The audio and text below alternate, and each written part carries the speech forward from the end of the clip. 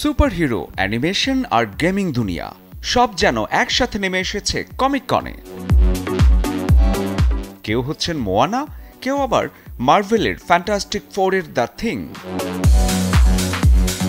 আর বাস্তবতা পুরোটা যেন এক একটা সিনেমার দৃশ্য। এ এক রঙিন উৎসব যেখানে কল্পনা মিশে গেছে বাস্তবে। সান ডিয়েগো কমিকন উৎসবে যেন তরুণ তরুণীদের ঢল, কারো হাতে লাইফ সেভার, কারো মুখে জোকারের হাসি।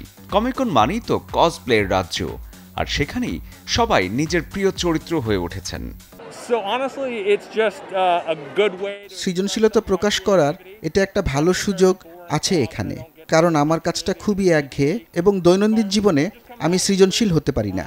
তাই এখানে এসে আমার কিছু শৈল্পিক প্রবণতা প্রকাশ করতে পেরে এবং অনেক মানুষের মুখের আনন্দ দেখে খুব ভালো লাগছে।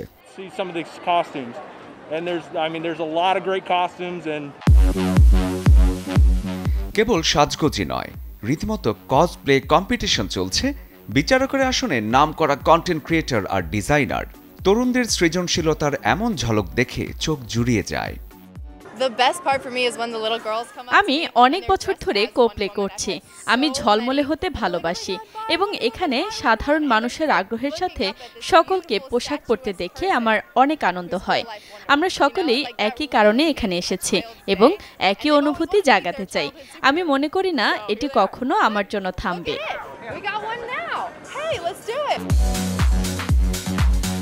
কমিকনের কসপ্লে জোনে ঢুকলেই মনে হবে মার্ভেল, ডিসি, স্টুডিও জিবলি সব যেন একসাথে হাজির।